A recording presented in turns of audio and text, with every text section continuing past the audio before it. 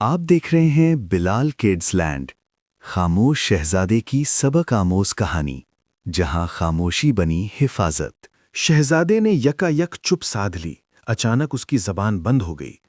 بادشاہ، وزراء اور تمام درباری حیران تھے کہ آخر شہزادے کو ہو کیا گیا ہے۔ سب نے بہت کوشش کی، علاج کرائے، سوال کیے، مگر شہزادہ خاموش ہی رہا۔ خاموشی کے باوجود شہزادے کے معمولات میں کوئی فرق نہیں آیا۔ ایک دن خاموش شہزادہ اپنے ساتھیوں کے ساتھ پرندوں کا شکار کھیلنے نکلا۔ کمان پر تیر چڑھائے وہ ایک گھنے درخت کے نیچے کھڑا پرندہ تلاش کر رہا تھا۔